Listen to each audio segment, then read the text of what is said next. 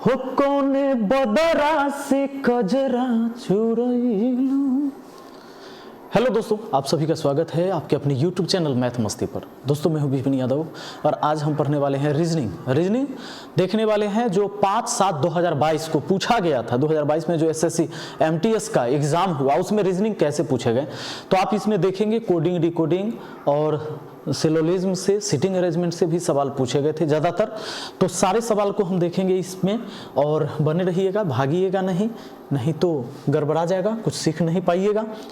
ये भी आपको पता चलेगा कि भाई क्वेश्चन एसएससी में पूछता कैसे, फालतू की चीज़ें हमें पढ़ने की जरूरत नहीं है। तो क्वेश्चन ये देखिए, एक पहला क्वेश्चन 26 नंबर, एक निश्चित कूट भाषा में, चूंकि पहले पूछा जाता था 25-25 मैथ और 25 भी रीजनिंग, 25 जीके 25 इंग्लिश, लेकिन अब पूछा जाएगा आपको 20 मैथ 20 ही रीजनिंग। तो देखिए, एक निश्चित कूट भाषा में FAINT को इतना कुटबद्ध किया जाता है और इतना को इतना कुटबद्ध किया जाता है, तो उसी में इसको क्या लिखा जाएगा। इसमें क्या है ना, एक को ही पकड़ लीजिएगा तो काम हो जाएगा। जैसे देखिए FANT है तो क्या 1 2 3 4 5 गो यहाँ पर लेटर है तो 5 गो अंक नहीं है, ज़्यादा है। इसका ये मतलब है कि देखिए ऐसे अगर पकड़ते हैं T 20 नंबर पर होता है और N 14 नंबर पर होता है, यानी लास्ट से लिखना शुरू किया है, और I होता है 9 पर, और यहाँ पर फिर I हो गया, A हो गया 1 पर, और 6 पर हो गया F। ऐसे लिखा हुआ है, यानी लिखा हुआ है FAINT, ऐसे लिखा हुआ है FAINT। और इसको यहाँ से लिखा है 20, N का 14 नंबर होता है, I 9 पर होता है, A 1 पर होता है, F 6 पर होता है। तो क्यों ना हम इसको वैसे ही लिख दे, POIL है, ठीक है। इधर से ही शुरू करेंगे, जैसे T से 20 लिखा था तो L होता है 12 पर, I होता है 9 पर, O होता है 15 पर, और P होता है 16 पर। 12 9 15 16, 12 9 15 16 हमारा आंसर ऑप्शन सी में है, ठीक है। आइए अगला सवाल देखते हैं कि अगला सवाल क्या कहता है। देखिए दोस्तों, बहुत अच्छा सवाल है। 5 व्यक्ति P, Q, R, S और T एक सीधी पंक्ति में उत्तर की ओर मुंह करके बैठे हैं। Q S के बाएं निकटतम स्थान पर बैठा है, R और T के मध्य केवल 3 व्यक्ति बैठे हैं, P T के बाएं निकटतम स्थान पर बैठा है, पंक्ति के मध्य में कौन बैठा है। ऐसे सवाल को बनाने के लिए ना आपको एक चीज सोचना होगा। क्या सोचना होगा जानते हैं, कि भाई सवाल बनना शुरू वहीं से होगा जहां से दाएं बाएं का चर्चा होगा। दाएं बाएं का चर्चा जहां से होगा वहीं से सवाल बनना स्टार्ट हो जाएगा। तो यहां पर है 5 व्यक्ति, तो 5 व्यक्ति के लिए हम स्थान बना लेते हैं। उत्तर की तरफ मुंह करके बैठा है, इसीलिए ऊपर की तरफ बना दीजिएगा। दक्षिण की तरफ करेगा तो दक्षिण की तरफ यानी नीचे की तरफ एरो कर देना था, ठीक है। और हम लोगों के अनुसार यहां होगा, उत्तर के दिशा में मुंह करके बैठा है, यानी जैसे हम खड़े हैं, ये मेरा दाहिना है तो इसमें भी दाहिना ही रहेगा, और ये बायां है मेरा तो ये बायां ही रहेगा, ठीक है। तो यहां सवाल क्या कहता है, P Q R S T एक सीधी पंक्ति में उत्तर की ओर मुंह करके बैठे हैं। अब कहता है Q S के बाएं निकटतम स्थान पर बैठा है। Q और S को यहां कहां बैठाइएगा, अभी तो नहीं पता चल रहा है, तो अलग लिख लेते हैं। Q S के बाएं निकटतम स्थान पर बैठा है। Q जो है ना, S के बाएं निकटतम स्थान पर, S के बाएं, Q S के बाएं निकटतम स्थान पर, S के बायां इधर होता है। R और T के मध्य केवल 3 व्यक्ति बैठा है। R और T के मध्य केवल 3 व्यक्ति बैठा है। दोस्त यहां ध्यान दो, R और T के मध्य 3 व्यक्ति बैठा। अगर R यहां बैठा देते हैं तो T लास्ट में यहां होगा, तभी तो मध्य में 3 व्यक्ति होगा। या अगर T यहां आ जाएगा तो R यहां आ जाएगा, ये बात पक्का हो गया। इसका मतलब Q और S यहां कहीं नहीं होगा, इसी में से कहीं होगा। अगर S यहां तो Q यहां, S यहां तो Q यहां, इतना बात पता चल गया। कहता है P T के बाएं निकटतम स्थान पर बैठा है। P T के बाएं निकटतम स्थान पर बैठा है। सोच के देखिए, अगर T यहां बैठाइएगा तब P इसके बाएं में कैसे आएगा, इधर तो कोई स्थान नहीं है, हमने 5 स्थान बना रखा है। इसका मतलब है कि T कन्फर्म यहां हो गया, क्योंकि आपको पता था RT में से दोनों छोर पर लास्ट में कोई रहेगा, तो हमने R और T वाला मिटा दिया, यहां T हो गया। तो आपको यह भी पता चल गया कि R और T लास्ट में था, तो R यहां आ गया, T यहां हो गया। और आपको कहा है कि P जो है T के बाएं निकटतम स्थान पर है, तो T के बाएं P निकटतम स्थान पर हो गया। S और Q लगातार बैठ जाएगा, तो S यहां और Q यहां हो गया। सवाल आपसे क्या पूछता है, कहता है पंक्ति के मध्य में कौन बैठा है। पंक्ति के मध्य में S बैठा है। S कहां है भाई, ऑप्शन डी में है। हमारा आंसर हो गया ऑप्शन डी, ठीक है। चलिए बहुत अच्छा, बढ़ते हैं अगले सवाल की तरफ, देखते हैं नेक्स्ट क्वेश्चन क्या कहता है। दी गई दो संख्या को परस्पर, माने अंक को नहीं बदलना है, संख्या को परस्पर बदलने पर निम्नलिखित में से कौन सा समीकरण सही हो जाएगा। तो कहता है कि 44 और 19, मतलब 44 के जगह 19 और 19 के जगह 44 अगर करिएगा तो कौन समीकरण सही हो जाएगा। इसको इतना सॉल्व करके 114 दिया है, हो सकता है ये सही नहीं होगा, ठीक है। अब देखिए इसको अगर बदलिएगा 44 से 19 को, 19 को 44 से, तो पहला समीकरण में क्या है, पहला समीकरण में है 203 प्लस 44, तो 44 के जगह 19 लिख देंगे, इस 44 के जगह 19 बदलना ही तो है, माइनस 27 गुना 19 है तो 19 के जगह 44 लिख देंगे, 44 अब भागा 11 बराबर कितना 114। क्या ये सही होता है? 11 चौके 44, तो ये हो जाता है आपका 203 और 19 जोड़ दीजिए तो 200 कितना हो जाएगा 22, 222 हो गया, और माइनस 7 चौके 28 के 8 हासिल 2 और 4 दूना 8 2 10 108, 222 में से 108 घटाइएगा 114, सही हो जाएगा। यानी ये पहला समीकरण बिल्कुल सही है। पहला अगर ये आपस में बदल देते हैं तो पहला समीकरण बिल्कुल सही हो जाता है। क्या दूसरा समीकरण भी सही होगा? तो देखिए दूसरा समीकरण क्या है, पहला तो सही हो गया हमारा, दूसरा समीकरण क्या है कि 9 इसमें गुना 572 भागा है 19, लेकिन 19 की जगह क्या लिखना होगा 44, क्योंकि 19 और 44 को आपस में बदलना है, तो 44।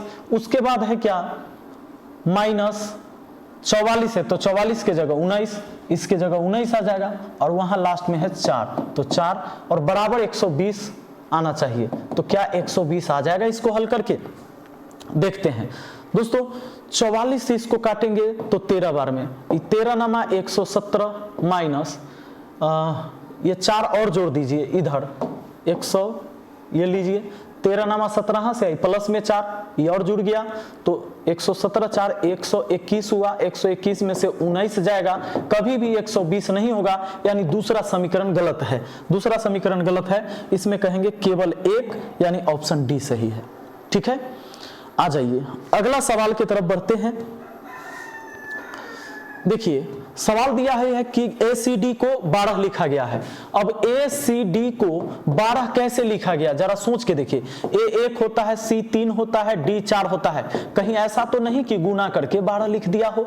आगे कहता है BEA को 10 लिखा गया है, BEA को क्या लिखा गया है 10 लिखा गया है, BEA को 10 लिखा गया है, कहीं ऐसा तो नहीं ये 2 5 10 गुना 1 ये भी 10 हो जाता है, सही बात है ऐसा ही हुआ है। तो ECG को क्या लिखा जाएगा, ECG को क्या लिखा जाएगा, E होता है 5, C होता है 3 और G होता है 7, 5 15 7 105, हमारा आंसर हो गया 105, आंसर हो जाएगा ऑप्शन डी। तो भैया कोडिंग डिकोडिंग भी पढ़ने की खूब जरूरत है। कोडिंग डिकोडिंग से भी सवाल आते हैं, सीटिंग अरेंजमेंट से आते हैं, रैंकिंग से आते हैं, सिलोजिज्म से आते हैं, अल्फाबेट सीरीज से आते हैं और नॉन वर्बल भी आते हैं। ये देखिए नॉन वर्बल में मिरर वाला सबसे ज़्यादा सवाल पूछा जा रहा है।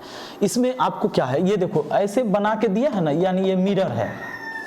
हो सकता है कि मिरर ऐसे दे देगा, ऐसे मिरर यहाँ दे देगा, इसका मतलब है कि ये फिगर नीचे की तरफ उल्टेगा, यानी मिरर जिधर रहेगा उधर के तरफ फिगर उल्टेगा।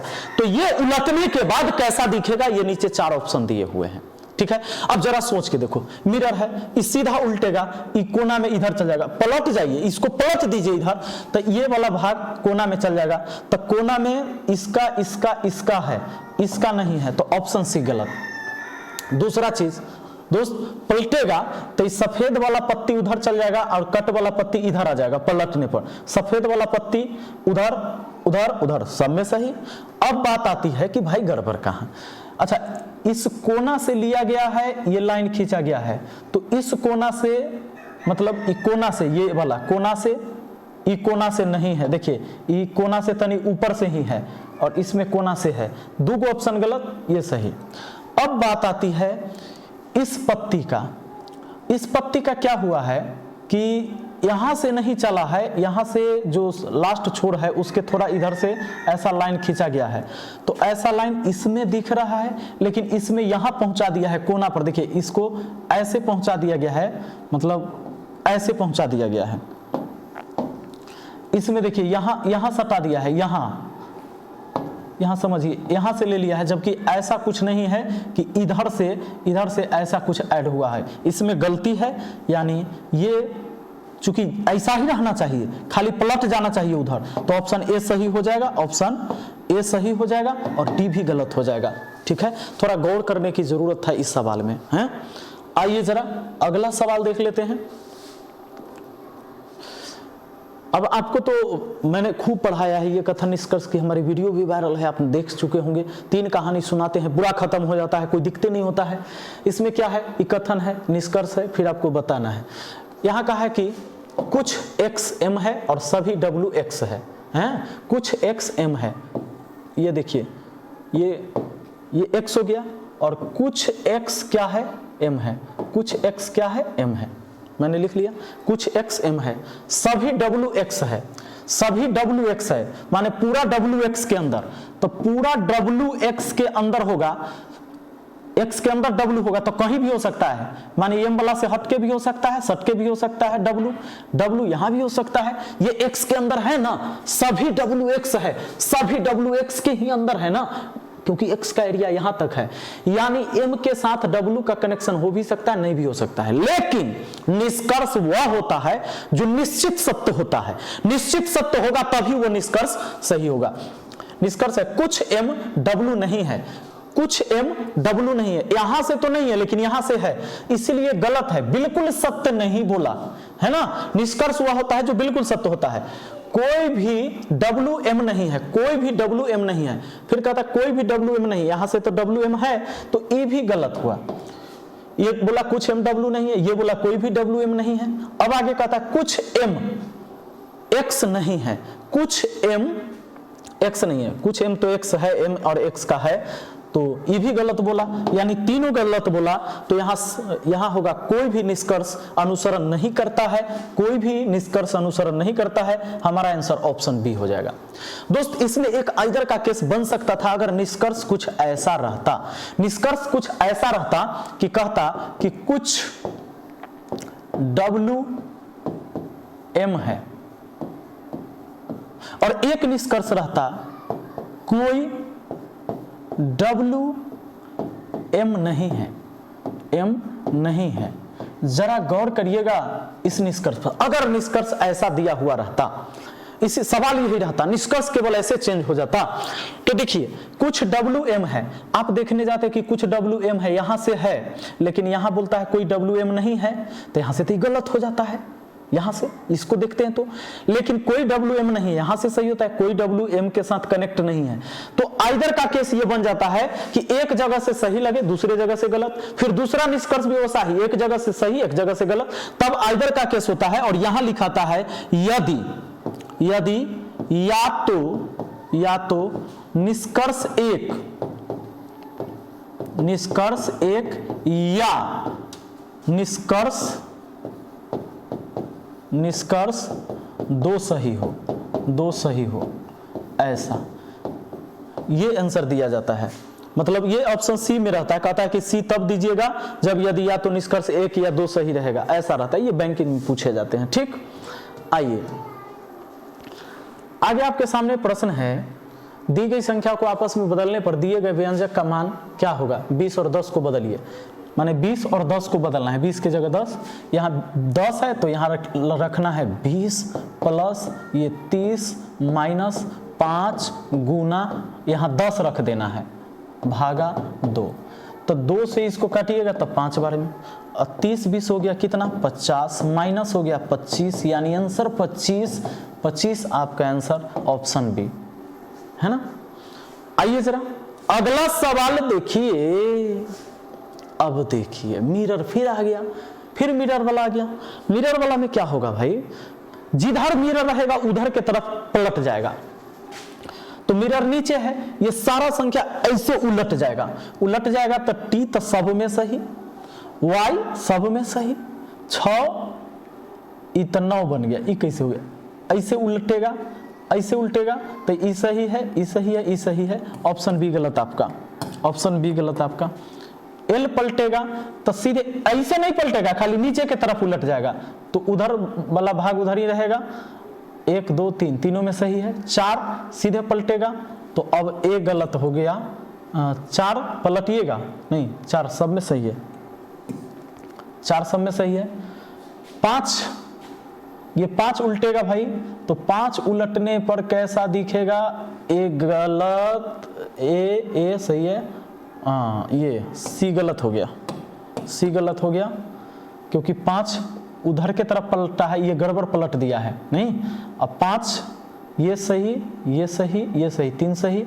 अब दू पलटेगा तो फिर ये गलत हो गया, ये गलत हो गया। अब एक के गो बचबे किया, वो बचा है आपका, जब दू पलटेगा ऑप्शन डी सही है, और बस ऑप्शन डी सही, बाकी 3 तो गलत हो गए।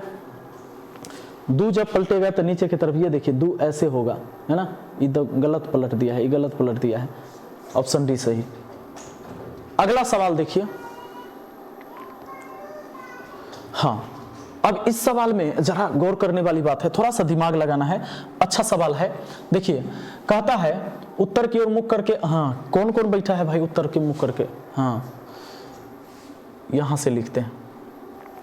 4 पुरुष दिया हुआ है, P1 P2 P3 और P4, माने P से पुरुष यहां कह दिया और उत्तर की ओर मुख करके, आवश्यक नहीं कि इसी क्रम में, ये नहीं कि P1 के बाद P2 P2 के बाद P3 P4, ऐसे नहीं, आवश्यक नहीं है, बैठे हैं। और 4 महिलाएं A1 माने ये औरत हो गया, A1 A2 A3 A4 एक पंक्ति में, पुरुष के मुख, हाँ इन पुरुषों के मुख की ओर मुख करके, आवश्यक नहीं कि इसी क्रम में हो बैठी हो, माने लगातार नहीं है कि A1 के बाद A2 A2 के बाद A3, ऐसा जरूरी नहीं, लेकिन पुरुष के तरफ मुख करके बैठी है महिला।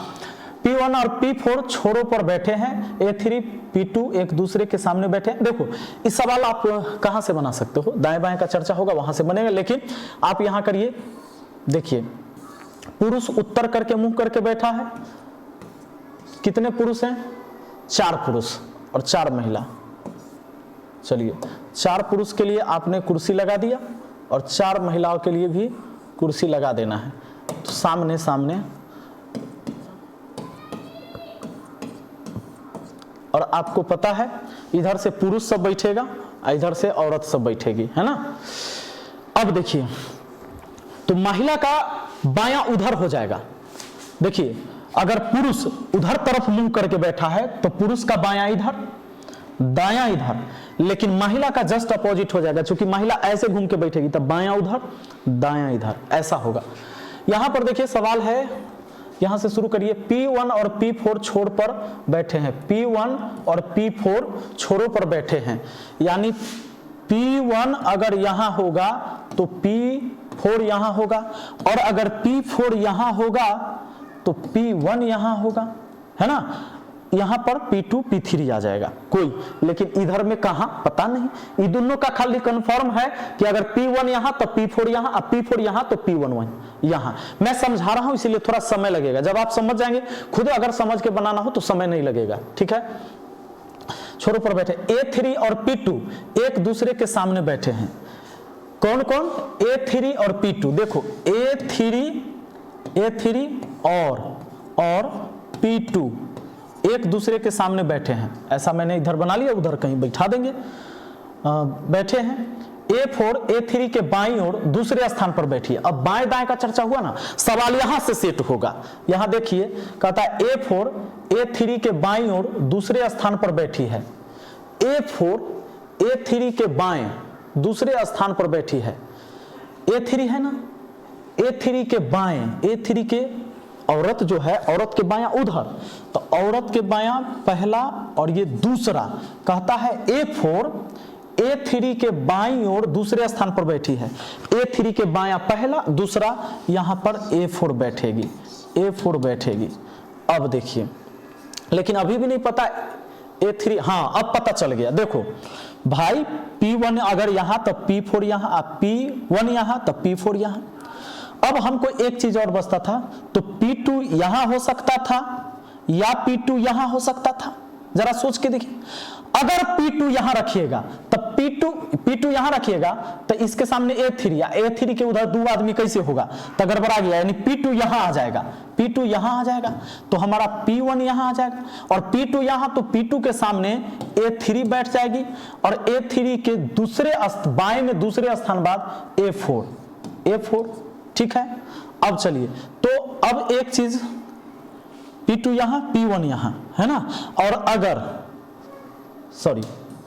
P1 यहां नहीं, ये केवल हमारा P2 यहां।